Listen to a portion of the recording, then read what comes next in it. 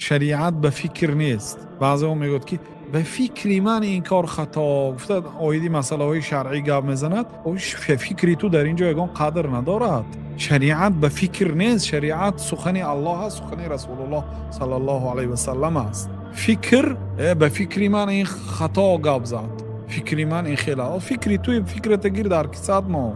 این برای همون یا برادر گستودیم خودش دانا گرفتار است. شریعت فکر کتی نه. شریعت قال الله قال رسول الله صلی الله علیه و سلم.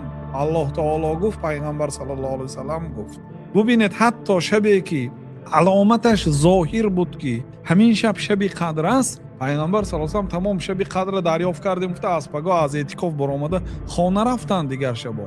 یعنی 10 شب همیشه شب زنده داری کردن. برای این 10 شب برادرها شب زنده داری کنید و یکی از همین 10 شب قدر است. الله سبحانه و تعالی را پرسان هستیم که ما و شما جمله مسلمان ها را از شب قدر محروم نگرداند و ما را از جمله آنهایی بگرداند که در ماه رمضان گناهامو بخشیده شد و روزه رمضان و نماز تهجد از ما قبول شد و الله تعالی امت اسلام را عزیز گرداند و دشمنان اسلام را خوار و ذلیل گرداند. دعاهای مسلمان ها را اجابت گرداند. والله تعالی اعلم. صلی الله وسلم علی نبینا محمد و علی آله و اصحابه اجمعین.